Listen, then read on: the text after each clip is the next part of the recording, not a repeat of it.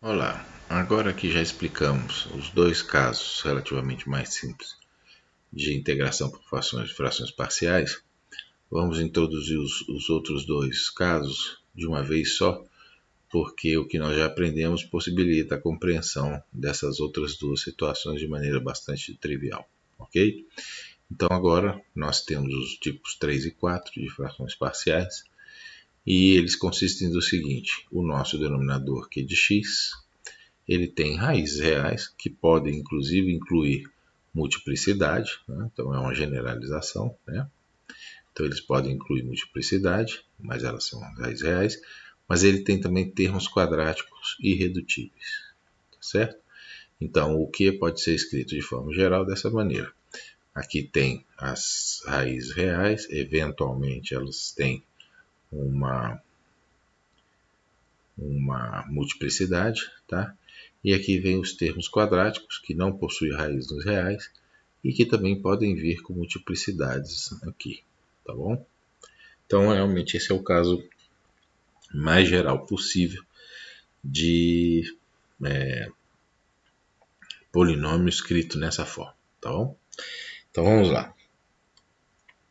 Nossas raízes são sempre diferentes, isso é método fazer sentido, isso tem que acontecer. E vamos pegar um exemplo aqui típico, que é o exemplo associado ao tipo 3, em que os termos, esses aqui até poderiam ter multiplicidade, no caso específico não tem, mas o termo quadrático aqui não tem multiplicidade, tá? Então podia ter mais termos quadráticos, mas sem multiplicidade. Então o que vai acontecer? Eu posso escrever essa integral como sendo a integral desse termo aqui, e aqui eu faço menção ao fato de que no numerador eu tenho que ter um termo de um polinômio de grau de ordem 1, tá? Ó, esse polinômio aqui é de ordem 1. Por quê? Porque eu tenho um polinômio no denominador de ordem 2. Então, para que isso aqui seja o mais geral possível, eu tenho que ter no numerador um polinômio de ordem 1. Ah, mas e se eu quiser colocar só o B2, por exemplo? De maneira geral, acontece o mesmo que aconteceria no caso já estudado na aula passada. Você não conseguiria equiparar essa relação aqui com esse integrando original, tá bom? As equações não teriam solução, porque ficaria equação demais para pouca incógnita. Então, essa é a razão. Vamos fazer esse exemplo aí para ver como é que funciona.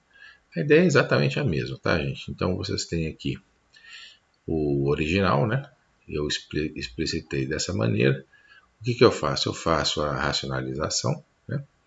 Mínimo múltiplo, aquela coisa toda, e expresso então o meu integrando original em termos dessa fração racional, em que agora eu tenho as constantes A1, A2 e B2 envolvidas para poder estabelecer os valores dessas constantes e aí sim poder fazer essa integração aqui.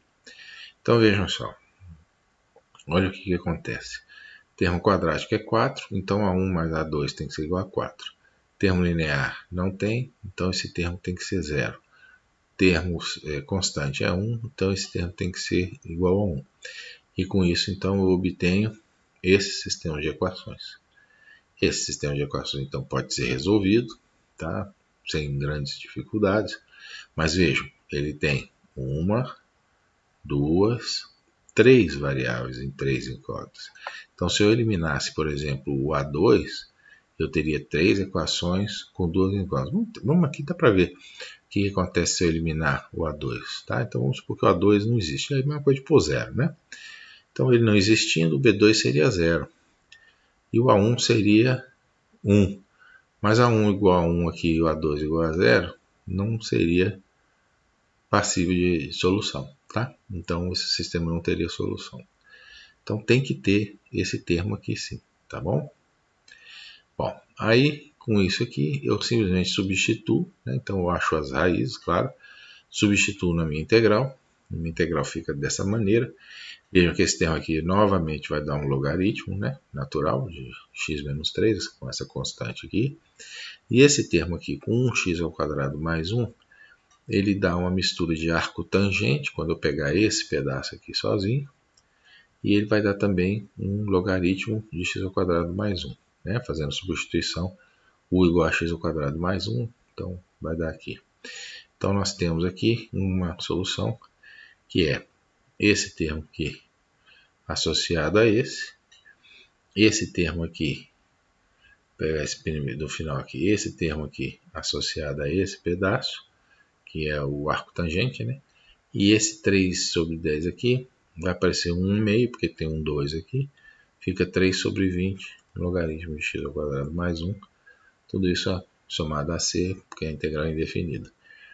Então, é realmente a aplicação exatamente das mesmas técnicas, mas lembrando, né, a característica fundamental é que quando você tem um fator irredutível de ordem 2, você é obrigado a incluir esse termo.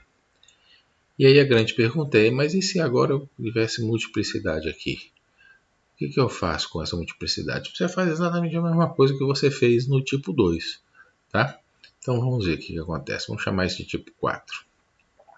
Se você tivesse uma situação como essa, então vejam aqui que a multiplicidade aqui é 1 e a multiplicidade aqui é 2. E nenhum deles tem raiz, mas podia ter, tá? Podia ter um termo aqui, x menos 3. Vou até colocar x menos 3, por exemplo.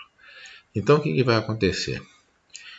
Esse termo que tem multiplicidade 1, ele vai aparecer apenas uma vez, como sempre.